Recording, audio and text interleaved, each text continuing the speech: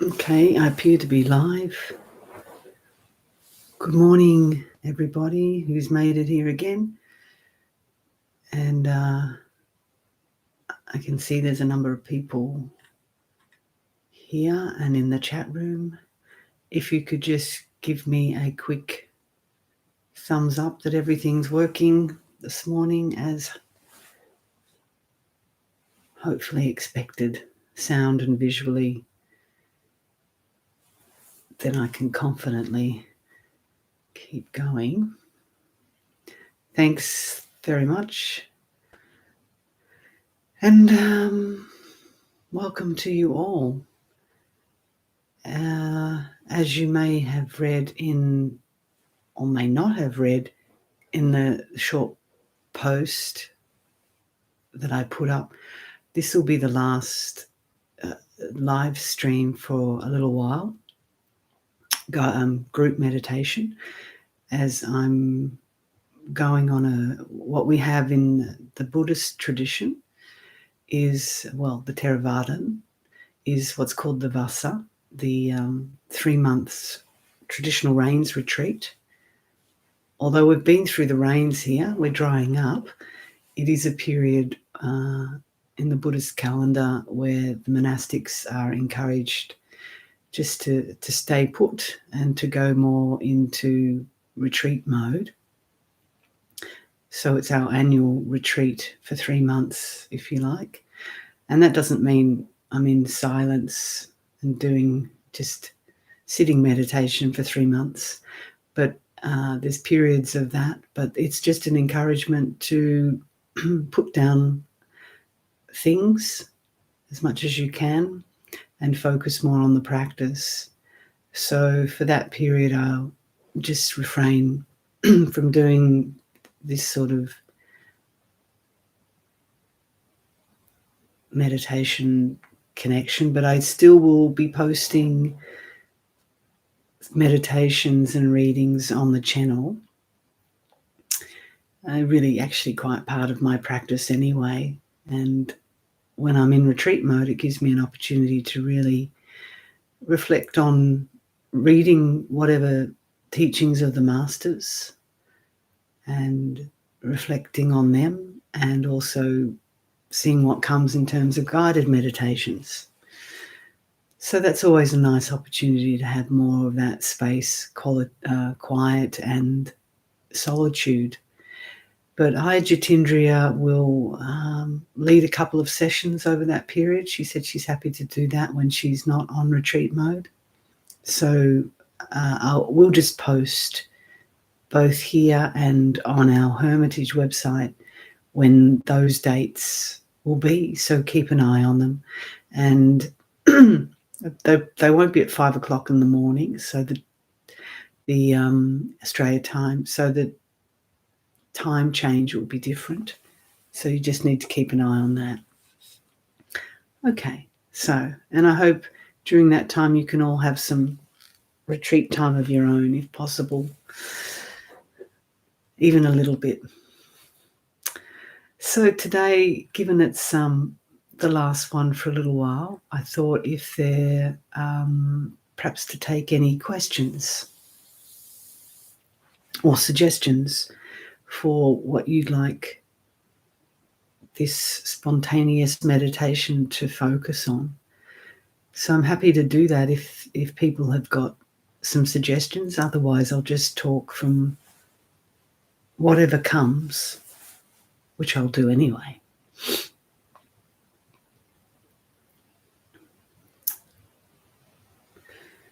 So, on being alone, that's a nice one, given what I've just said. And dealing with emotions, emotional pain, and someone's asking, are you here? I'm not sure what that means. Metta, the heart, acceptance. Okay. Focusing on the darker side, the dark. That's a lot there. I'm sure they'll all come together. That's the thing about a lot of these themes in life, isn't it? We think that they're not related when we think about perhaps the dark side and metta. You think they're two completely different topics, but in fact, so many of these themes in Dharma themes are all interrelated. So yeah, I'll pick up a number of those things hopefully and speak to them in the meditation and encourage you to engage or be here with the meditation. I mean, I don't know what you're all doing out there, but the encouragement is just to empty out, to keep still, and allow the words and the pointings to enter your heart. And when I say when they're, when you hear those teachings are called pointings, to reflect on that. Well, it's pointing to your own experience, not in your head, not what you think about it and whether you agree with it. You think that there's some good points or there's some not good points. So, when we're listening to Dharma or any of the Master's teachings as you hear on my channel, the encouragement is never to listen in that way. If you want to go later and start analysing and debating in your mind about it, that's fine. But in terms of meditation, is to take those pointings into your heart. They're pointing to the Dharma within you, to the truth within you. And we should always be listening in a way that it's revealing more and more layers of our own inner experience. So it's very different from the way most of us in the West have been trained to listen. We're always listening in a way to think, do we agree, do we disagree, can we one-upmanship this person's argument, can we shoot it down, can we make ourselves seem smart by coming up with a different angle. And that has a place sometimes in certain disciplines. But in meditation and Dharma, all it's revealing is that the ego, the arrogant ego, is at play. So to really engage with Dharma requires a whole different set of skills. And I guess one of the most important skills, and it's not even a skill, really, it's an attribute, is faith and trust in the teacher. So when you listen to the masters, there's got to be an element of openness and trust. And if there isn't, then that's fine. And that teacher or that teaching isn't for you. But if they're a really wise teacher, like the ones I present on my channel, then if you're not opening to them, then you're missing out, in my view. So it's having an open heart so that what they're saying can actually go into your heart. And this isn't about stupidity and blind faith or belief or being fooled by fake charlatans and gurus, of which there are many.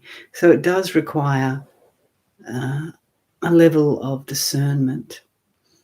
So there's a lot that goes on in this practice to really get to the pure Dharma. So anyway, and I'm not presenting myself as the pure form of Dharma by any means, but it's just saying that whatever I offer here, if you want to receive it fully, it's about taking the pointers and applying them to yourself in terms of your own lived experience, rather than getting into any sort of argy-bargy in your head about what I say, whether it's right, wrong, good, bad, so on. So that's just a way of introducing it and taking some of your pointers or suggestions and allowing the Dharma to speak to some of those pointers, which I'll just refresh my mind with things like aloneness, dealing with emotional challenges and the dark side. And then there's some more things on stillness and silence. So I'm sure they'll all come together. And, when I offer these things, I just trust that whatever needs to be said will be said, and try and allow that to come through that same sort of spirit of openness and trust in the Dharma. So it's not about trust in a personality or a person. It's about trust in the Dharma, which is, as you should all know by now, if you've been listening and practicing, the Dharma is just the truth within us all. So let's begin the meditation. I think it's allowed enough time for people to get the notification. And I've got my lovely bell here this morning, which you can focus on and gaze at. And I've got the chat up in case there's any issues. Yeah. Okay.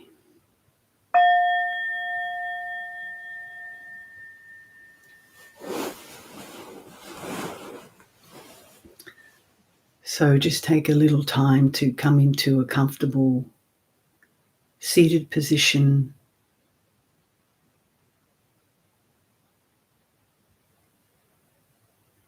Taking a few deep breaths just to calm and center the mind, and to allow the body just to get into a relaxed, upright position.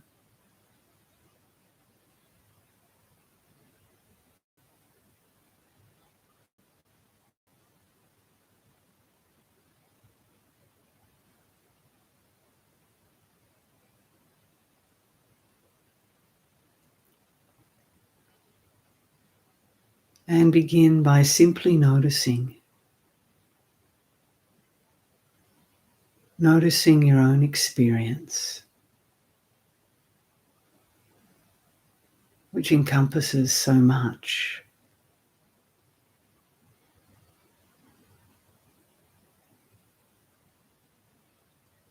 The weight and the gravity of the body,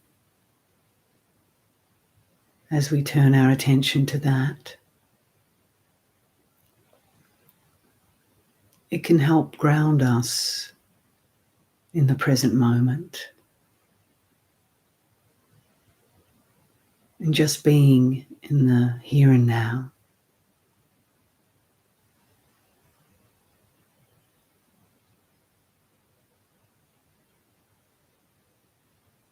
Without any elaborations, it's simply the body. So just come into your body, sitting on the cushion, on the chair.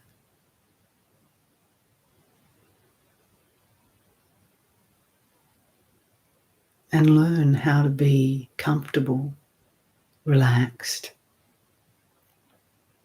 and content to just be in your body.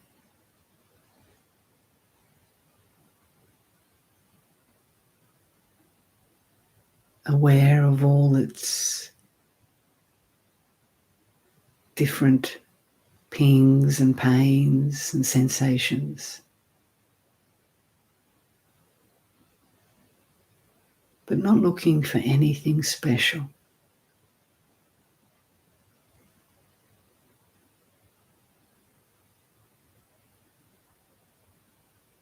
Not pushing or pulling anything in terms of the physicality.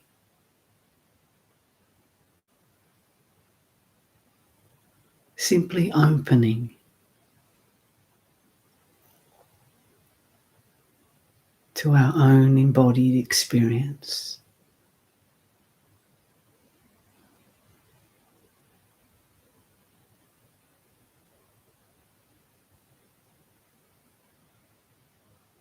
And the breath is part of this bodily experience.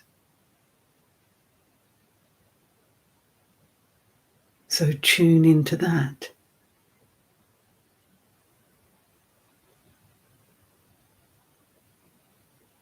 attune to that.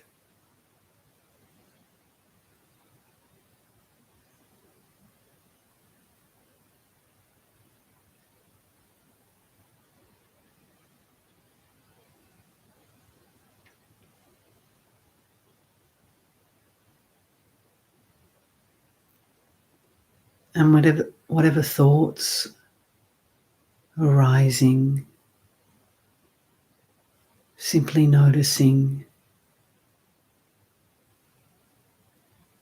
no picking or choosing,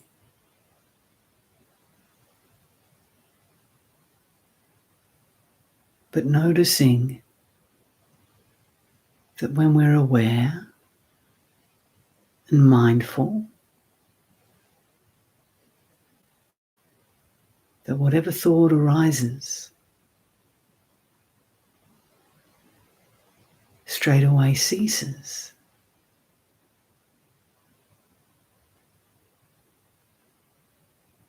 We don't get swept away. When mindfulness is at the fore,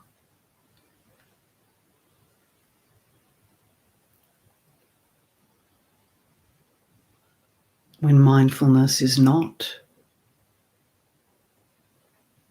present, then we tend to get lost in daydreams.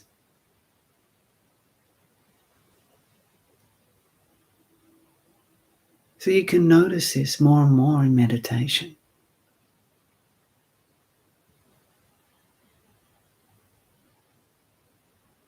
Those times when you're lost and dreaming, worrying, fantasizing.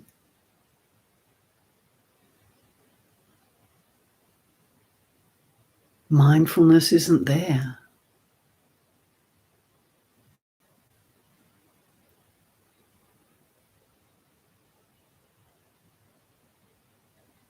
Rather, there's an identification with the problem, with the thought,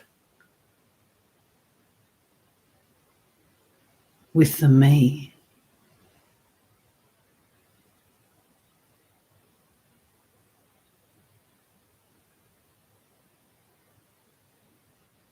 But when we wake up to what's happening,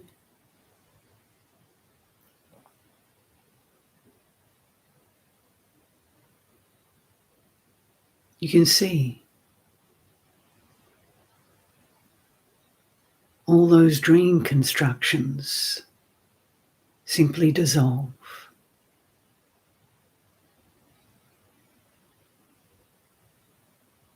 They're built of nothing and they dissolve into the ground of nothing, of empty space.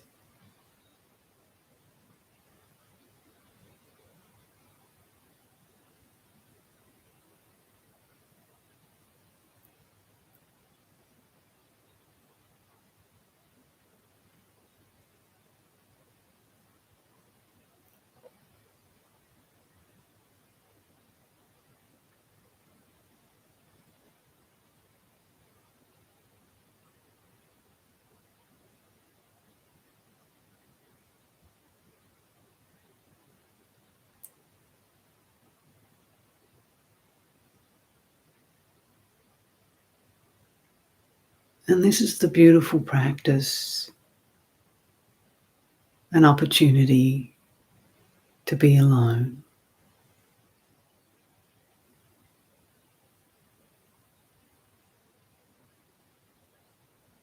When we're given this gift of having more time in solitude, we have an opportunity to really go deep and to understand this entire process.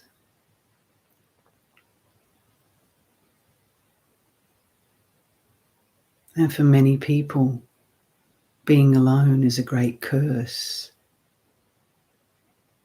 or torture.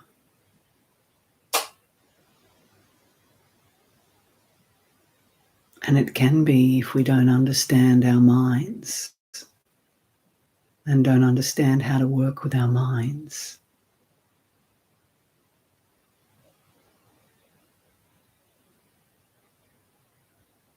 But when we begin to develop some skills of looking and understanding how this mind works, then solitude is seen as a gift.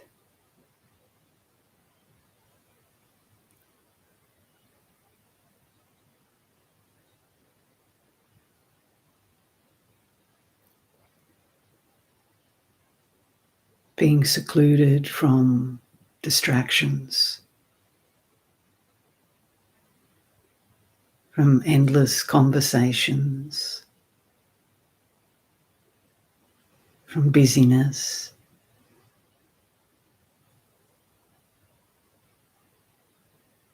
Things can begin to settle down.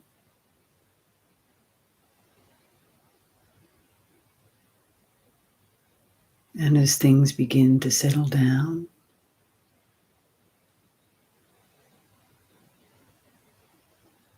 the murky water becomes clearer.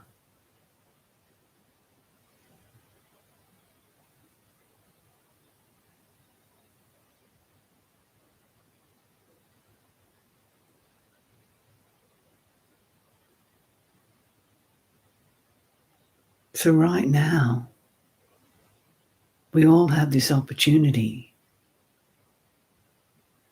to be alone with ourselves.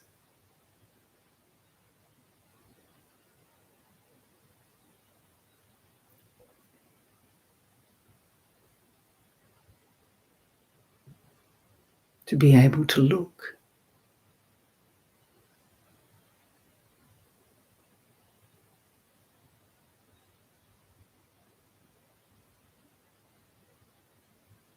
And when we can look with wisdom, then we start to understand the Dharma, the truth, more and more.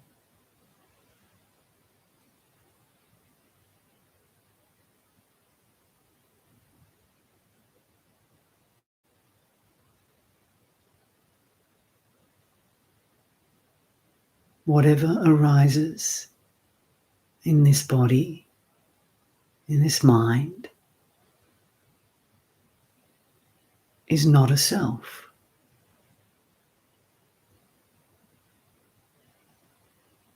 It's not me. It's not mine.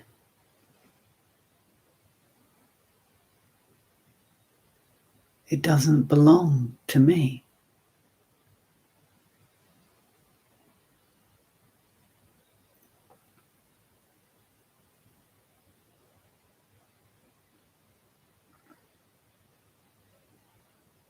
Whatever emotional state arises, the darkest that we could imagine,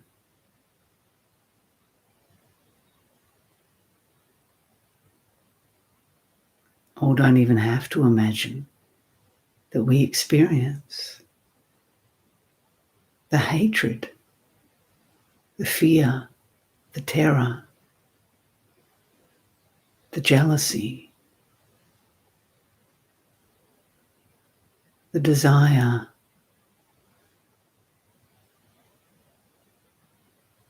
the darkest desires to kill, to take our own life, to take another's life.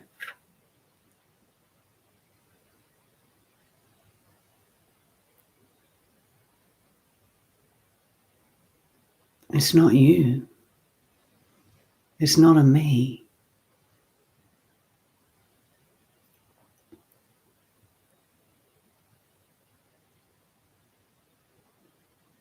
And it doesn't belong to us.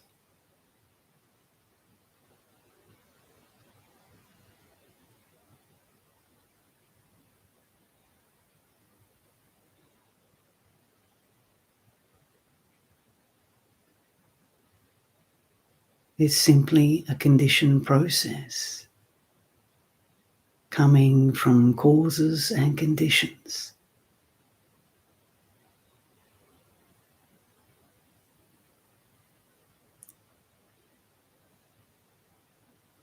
And the problem starts from ignorance.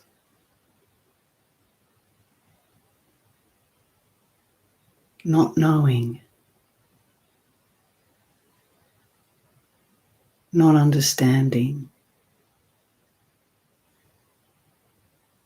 these truths.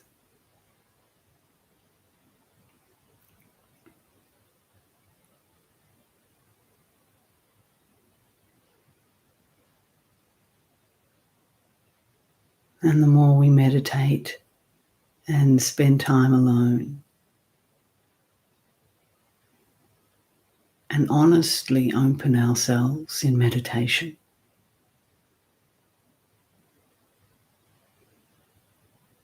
the more that these deeper sankharas, mental formations and conditionings can come to the surface.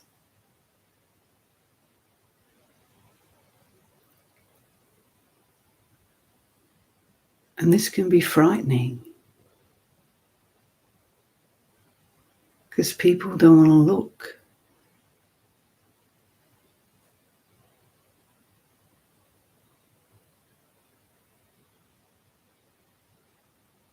But the problem is in the identification. And from the identification, through ignorance, that this is me, these feelings, these emotions, these thoughts are mine, and they're bad or they're good, and we cling. We hold on to them.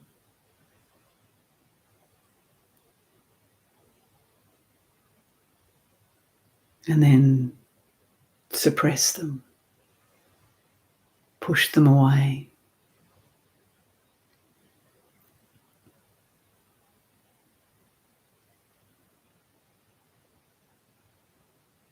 Or if it's what we think is a good me, we indulge it.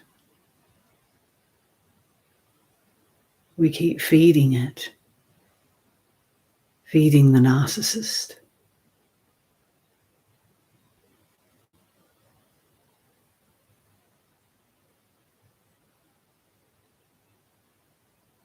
So it's very simple just to look and see this process, constant process of liking and disliking.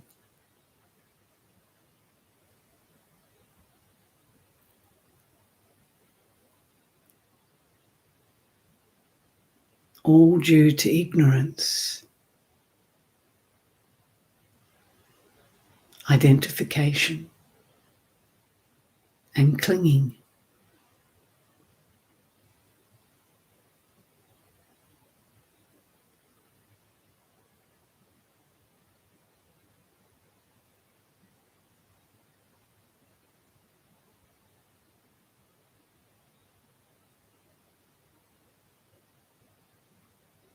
So what to do?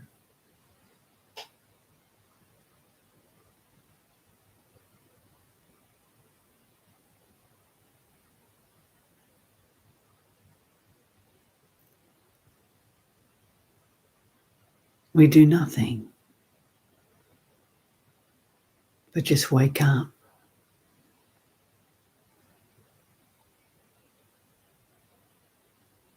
Wake up and see the dream constructions that keep playing out when we're mindless, when we're ignorant.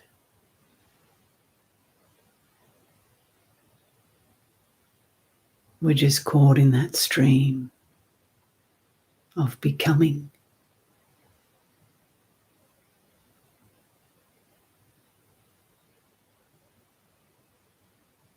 But simply a moment of waking up, of awareness,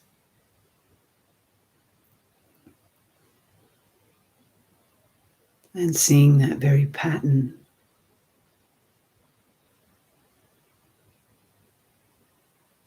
It just stops it in its tracks.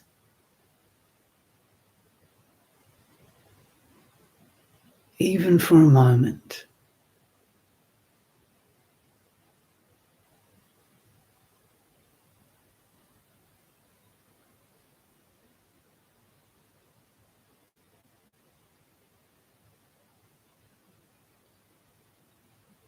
And those moments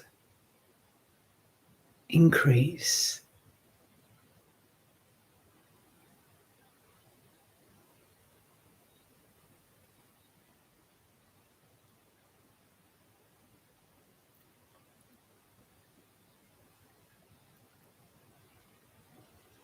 So we wake up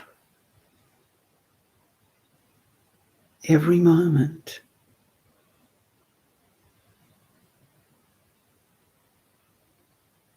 and we start to recognize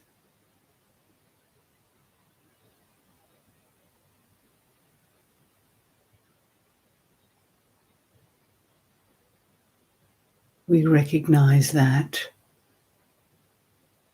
which lays outside of this incessant stream of becoming.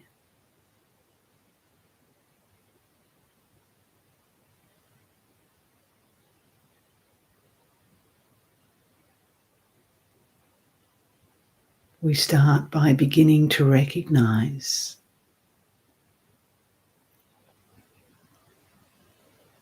that there's something that within us that can simply know,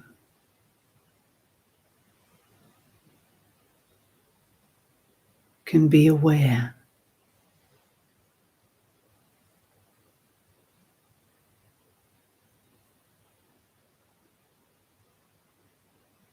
that doesn't have an opinion,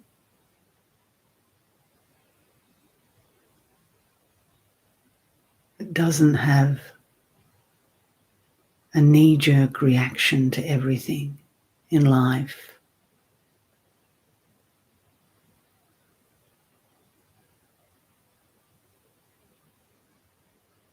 that just silently witnesses.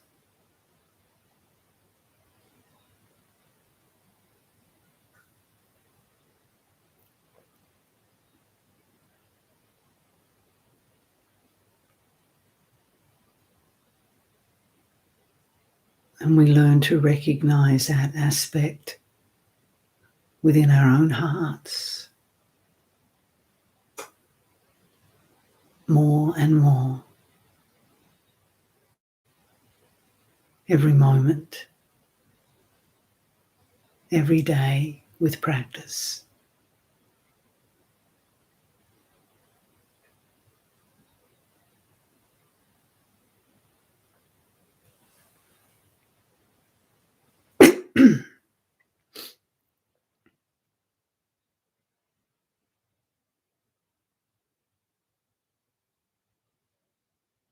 And like any form of practice, the more we do it, the better we get at it.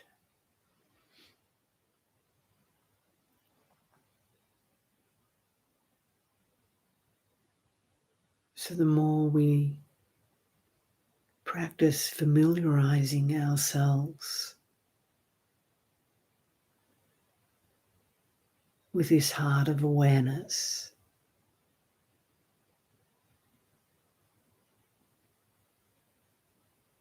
the more we learn how to rest in it.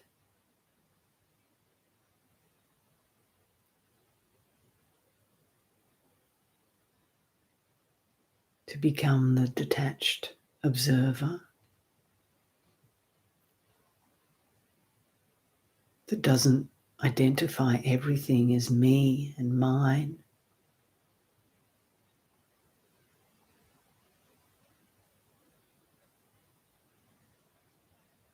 or even you or yours.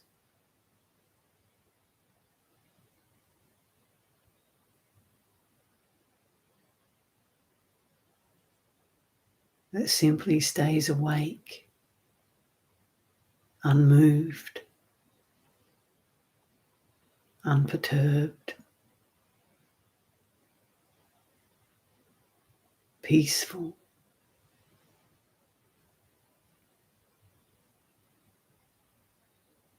and yet open and full of metta and compassion.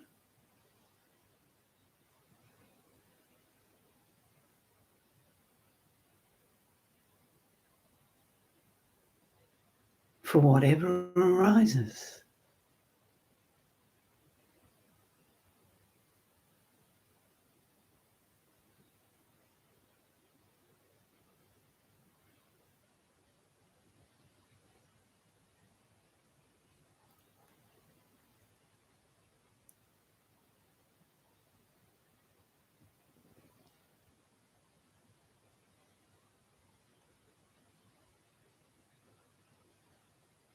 And this is really the only true refuge in this world.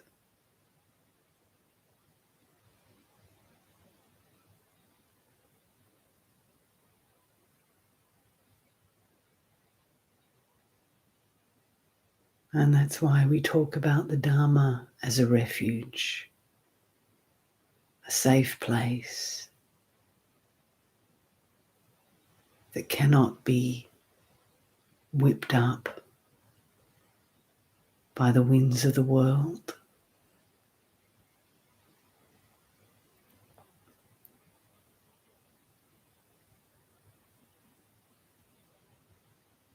And the interesting thing is that this Dharma truth within our hearts is universal. It doesn't belong to anyone. And yet, it is everyone's birthright. Every being, but most don't know it. They're asleep to their own true nature.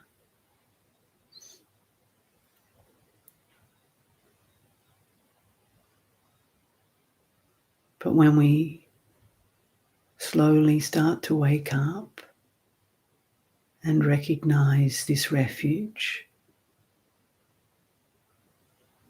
we realize that it's impossible to really ever be alone.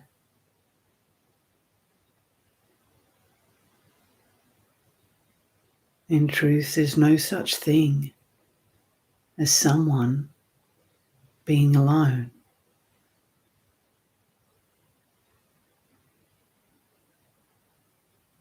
But you have to contemplate that. You have to experience that within your own hearts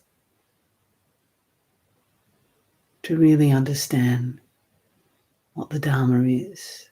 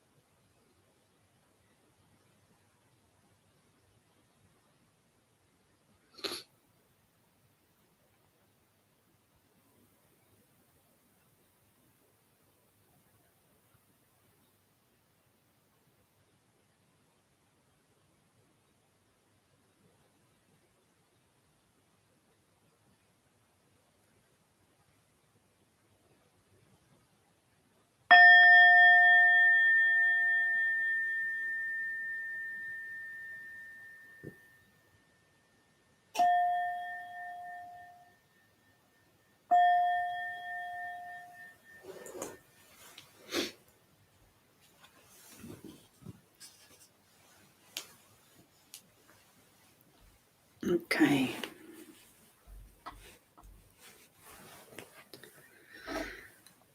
So I hope technically that worked and we didn't have any glitches.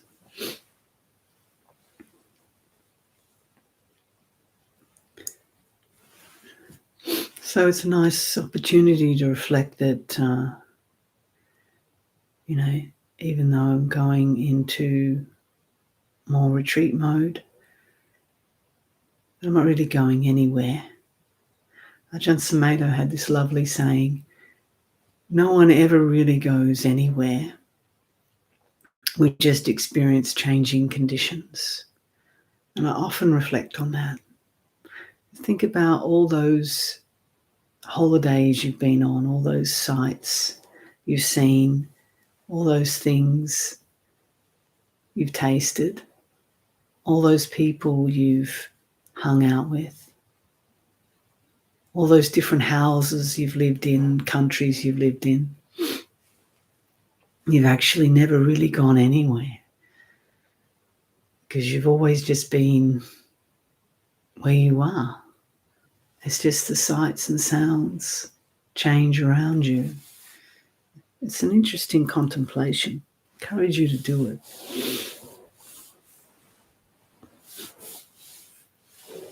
Okay, so I'm glad that was helpful for some people who've writing there.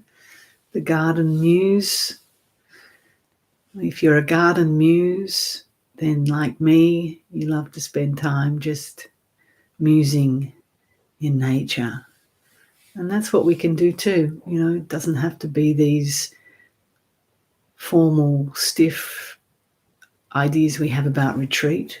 It's just spending time with nature is such a healing and a wonderful opportunity to practice. So if there's any questions arising from that, I'm happy to respond.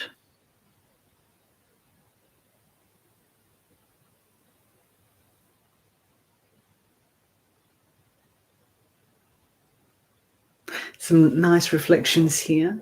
People can see them on the chat.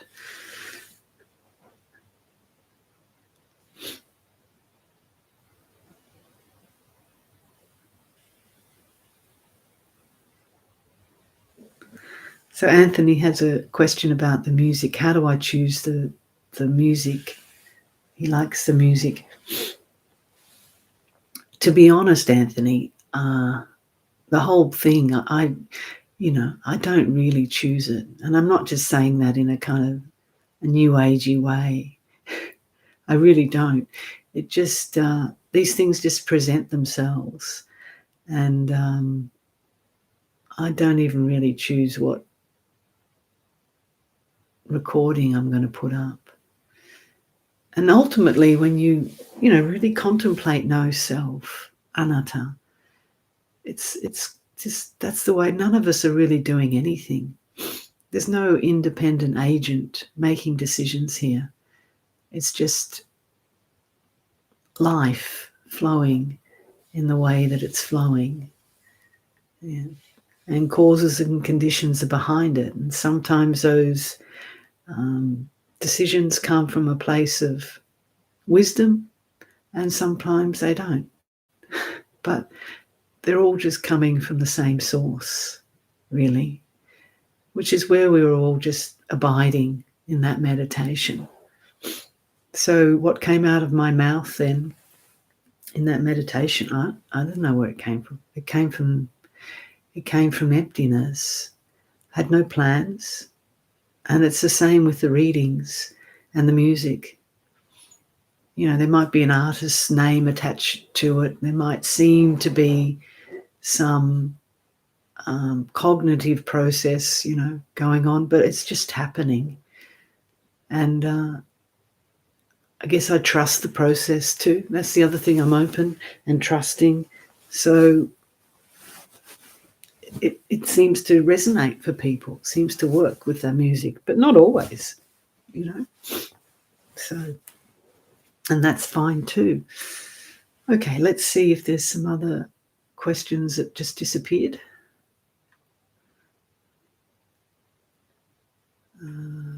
Not changing, not moving.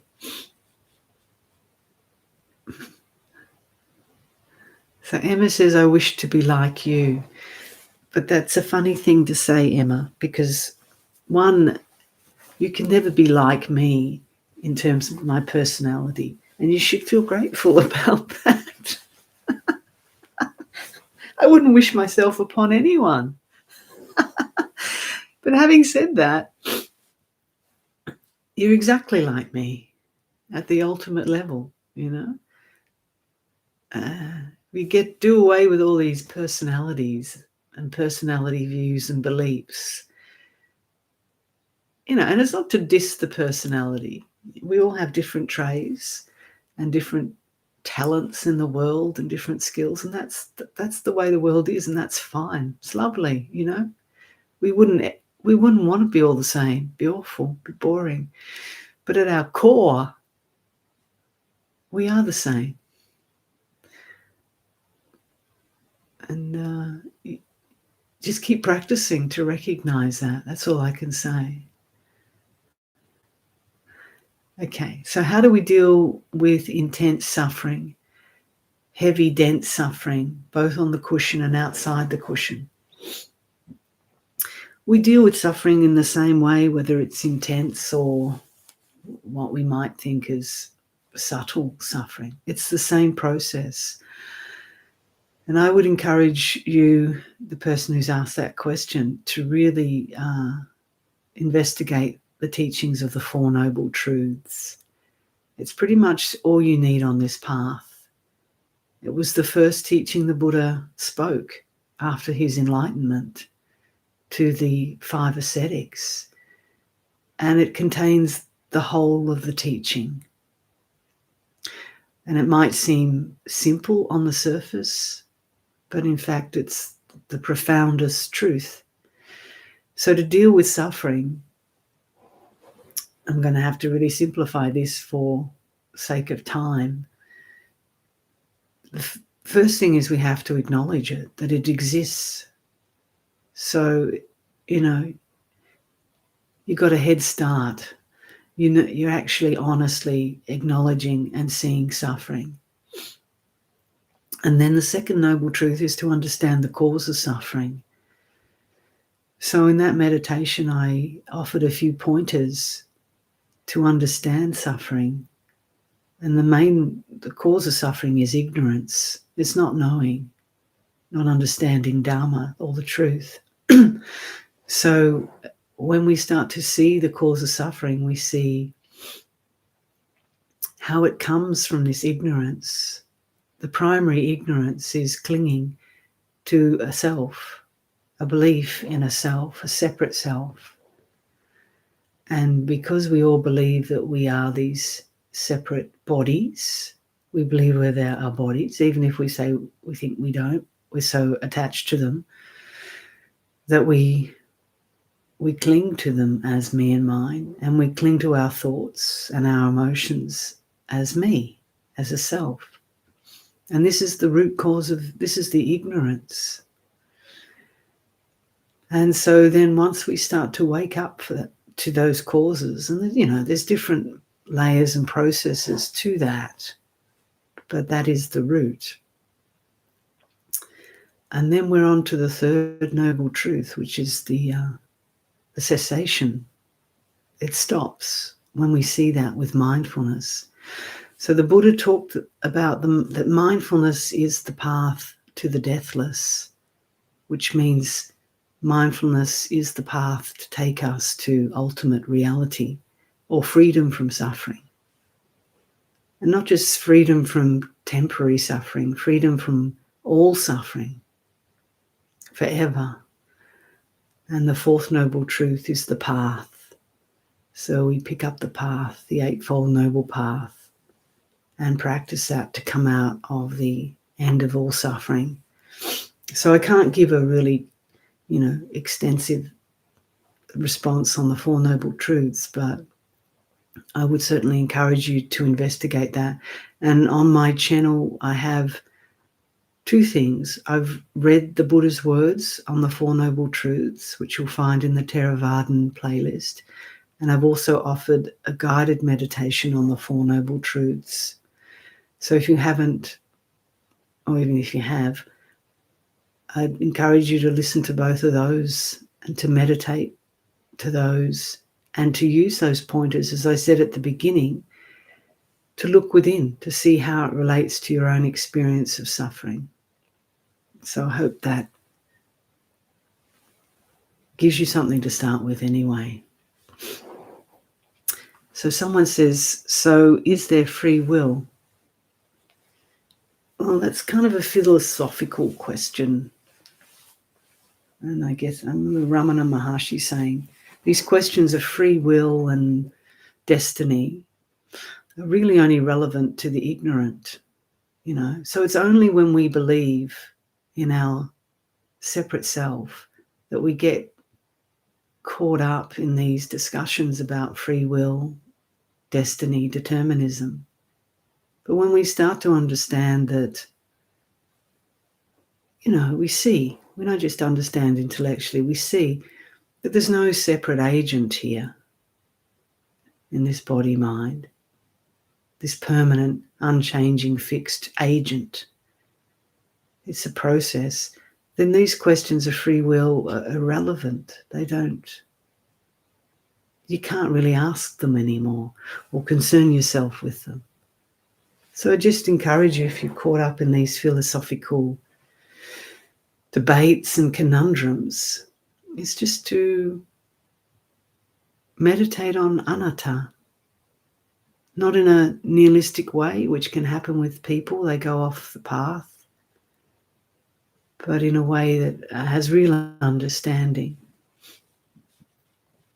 Okay, well, where do we go?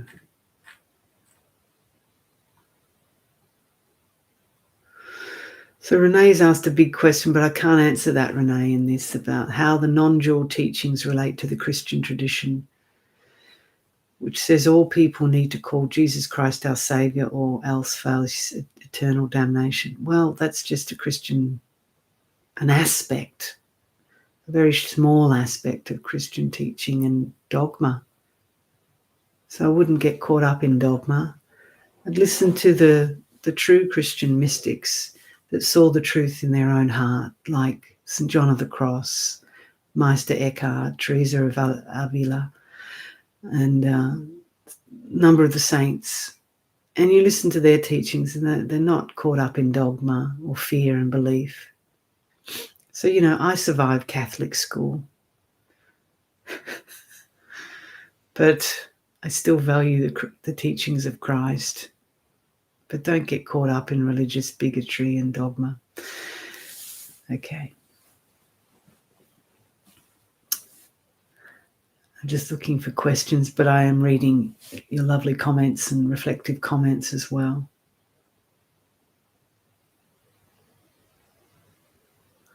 Okay, someone's asked, when I go deep into myself, putting focus on the witness alone, suddenly I can feel an inner vibration, a kind of energy flow all around the body.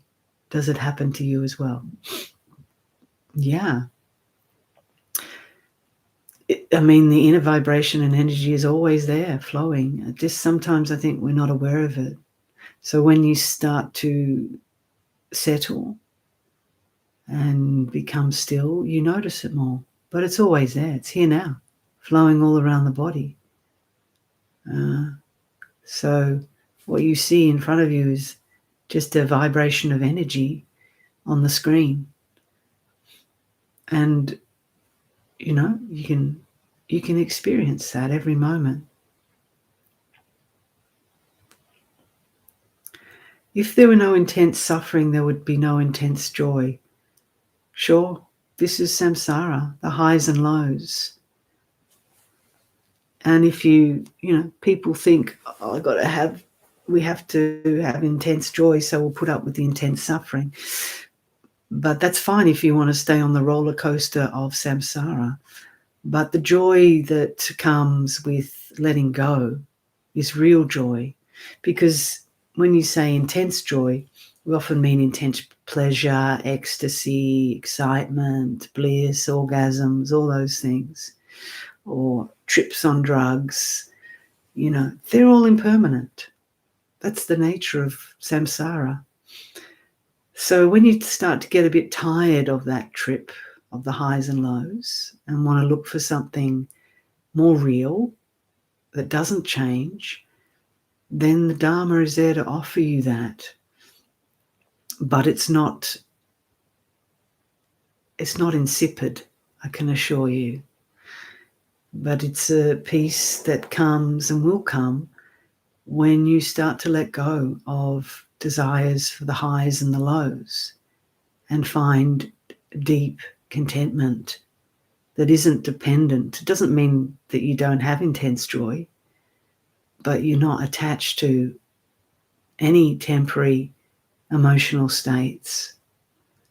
It doesn't mean you don't have suffering either, but when there's no identification anymore, it's not really suffering. It's maybe the body suffers, or maybe an emotional state, an old emotional state arises. But when there's no clinging to any of those, then you're on the path of freedom, okay? Because these things, we become slaves to them, and they rule our life. But the Dharma goes beyond all of that.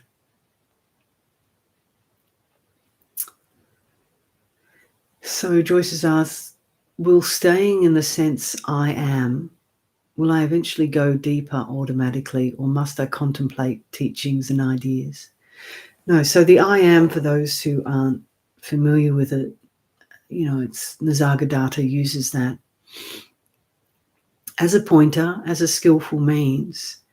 But funnily enough, I read some time ago that book, I Am That, he wasn't that keen on it. It was contextual. So as he got older, he stopped sort of teaching around the I am,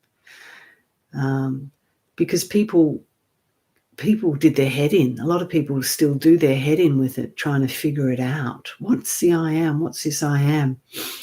But really all he's saying is just be present. Be present, be here now. And like someone said before, when I just sit and be the quiet observer, I notice that there's an energy, a vibration. These are all kind of signs about being present. And the I am was just his pointer to just be, without being this, without being that, without the identifications of me, my emotions, my thoughts, to just simply be naked awareness. That's all it means. So yeah, if you stay with the I am, we'll call it the I am, or you stay with naked awareness, or you stay with mindfulness, or you stay by just resting in the present moment, however you want to call that practice, that is the practice. And you don't have to do anything, because, if there's contemplations coming from wisdom, you're contemplating Dharma, that's fine. So questions like, who am I? What is this body? Or contemplating the elemental nature of the body, contemplating the Four Noble Truths.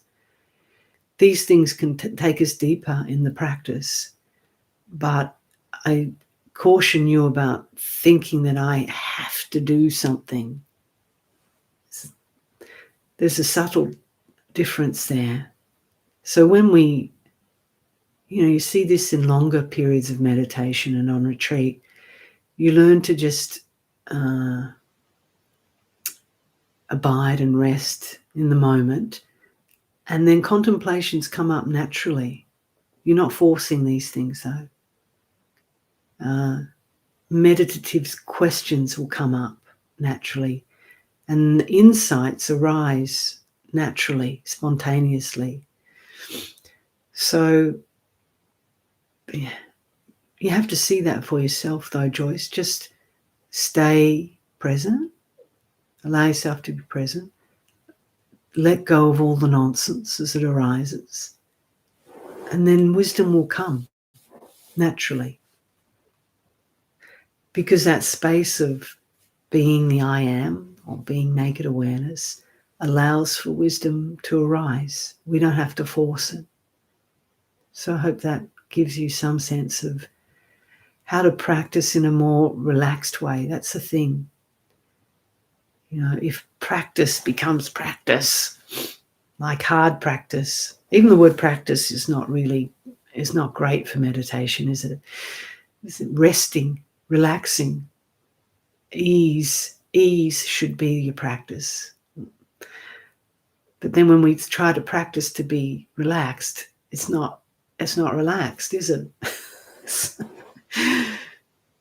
So learn, let go is probably the best thing about, you could say about meditation, is learning how to let go and relax.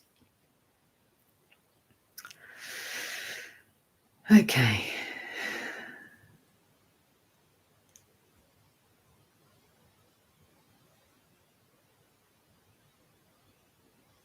So Saeed has asked the question, I get some intuitions about not self, but I still suffer. How does understanding of anatta lead to the end of suffering?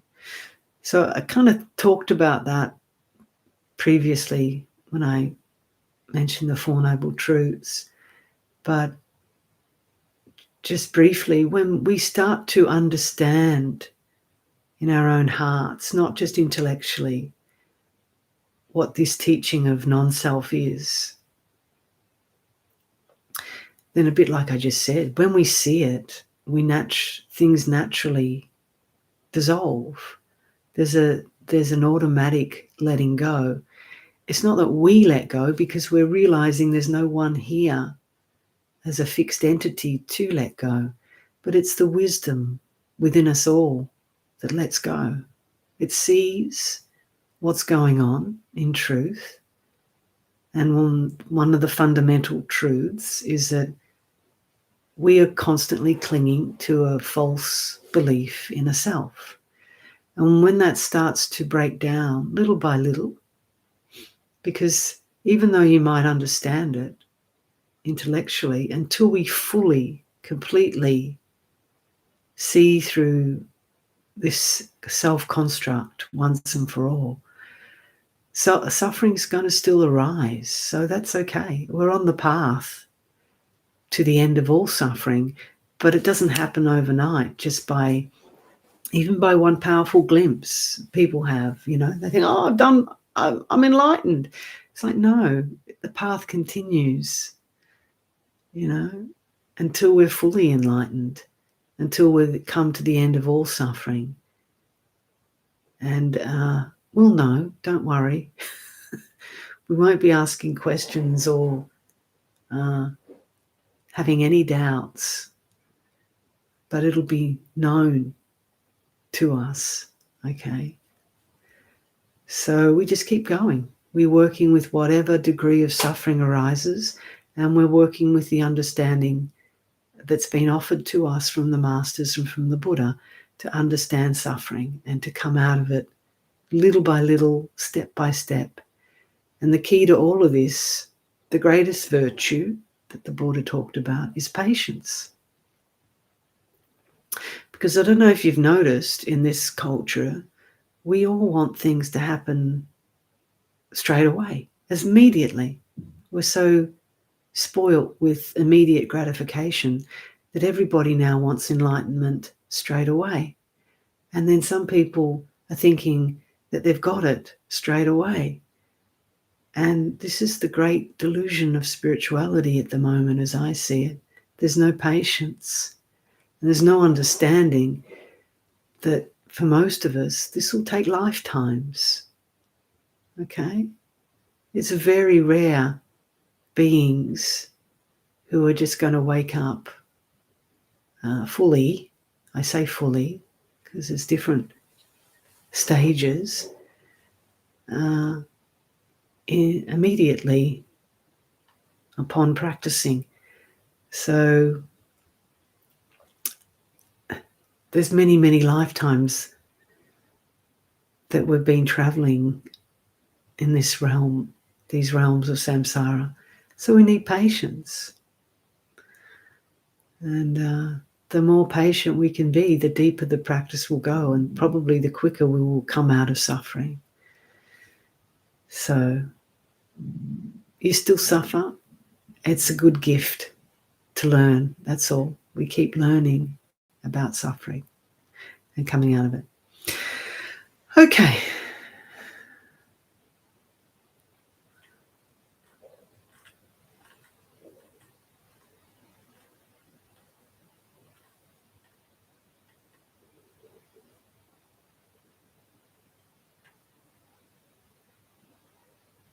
I'm quiet now because there's quite a few questions and I'm realizing we're coming to the end of it. So I'm just going to choose one that's that I can just say something succinct about. So Wijah has asked, the calmness and the bliss during meditation, can I call it God? Thing is, you can call it whatever you like, but whatever you call it isn't it. But I don't have an issue with God. A lot of people do because they have all different concepts and understandings of it. But it's best that whatever calmness, bliss, stillness comes is to refrain from labeling it as anything, is just to know it. Because in its purest form, it's nothing that you can label or call. And God's a nice word for some people. Love is another word. Truth is another word. Dharma is a word I'm comfortable with because it doesn't have as many connotations as God does with my conditioning. But, you know, when you're in the depths of meditation, you don't want labels. You don't want to be attaching to labels, I should say. So just be the truth. Be God. Be stillness and see where it takes you. Because these labels and concepts, they're actually obstacles on the path. We have to let go of them all. Okay? Even the very subtle ones. We let go of all labels and concepts. That's the only way we can get to the depth of truth. Okay.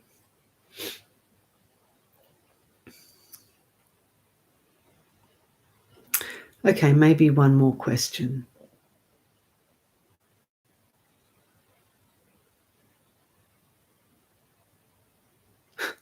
Kathy says, do I have a silent mind all the time?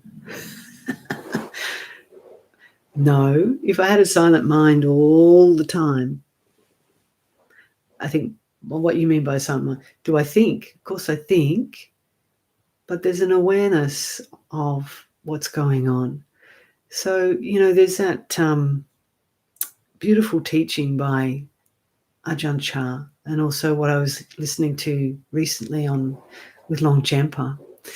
It's called the analogy of the still flowing water. So it's a lovely one to finish on and contemplate. So with Longchenpa's teaching, he talks about, you know, if you if you feel into this ground of awareness, which is, call it empty cognizance, right, which is really our true nature. Now from that, sometimes that empty cognizance, when the awareness is connected with it, one can rest and abide in it. So we might call that the silent mind, or as Ajahn Chah called it, the still water. And yet sometimes from this space of empty cognizance, thoughts arise. But it's not, these thoughts aren't divorced from this ground of being. So there's no difference whether there's thoughts or not thoughts. In essence, we go deeper. It's all the same emptiness, whether thoughts are moving or not moving. So Ajahn Chah called this still flowing water. Sometimes the water's flowing, sometimes the water's still. But there's no difference between the water or the waves. Whether the waves are crashing or moving or whether the ocean's calm, it's all the same water. So why I'm saying that is that we don't have to have this idea that our minds have to be silent all the time, that there's nothing happening. We're just this kind of blank, empty ocean of nothingness, because thoughts arise. However, if there's an understanding of that, then there's a knowing, and there's a knowing of the non-separateness, of the non-duality of that. Water and waves are the same thing. So it's not a problem. And so when you see that, when you learn to recognize and practice to recognize that, you don't get dumped by the waves. You're not identifying yourself as a separate wave. So you're always abiding in the ocean itself, because you can never not anyway. But the suffering only comes when we thrash about in the water and try and, get rid of the wave or hold on to the wave, because waves always come to an end, don't they? So if we're constantly, I want this to last forever and ever, this is the best wave I've ever had in my life, it's the best emotion, the best experience, it comes crashing to an end. That's what waves do. Or if we say, I don't want this wave, I don't want this wave, we get pulled under by the waves. If you've ever been a surfer, the surf teachers will tell you, if you get dumped, make like what did my surf teacher tell me once? I think it was make like a limpid duck or an octopus. Just relax. And if you do that when you're being dumped by the waves, it's like surrendering, not resisting. You actually come out of the wave a lot safer than if you try and fight being dumped by a wave. So I always found that a really powerful analogy for life, metaphor for life. If you fight it and try and get up from that intense wave of suffering, it'll just prolong it, and you're likely to drown in the sea of samsara. So just relax, let go, and you'll come out eventually.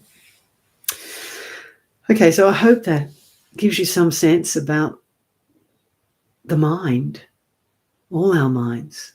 It's not my silent mind. I don't have a mind that belongs to me. I can't find it, never found it. And it's just simply awareness that's there. It's all I can find. And even that I can't find as a thing. Okie dokie. So friends, we're going to leave it there.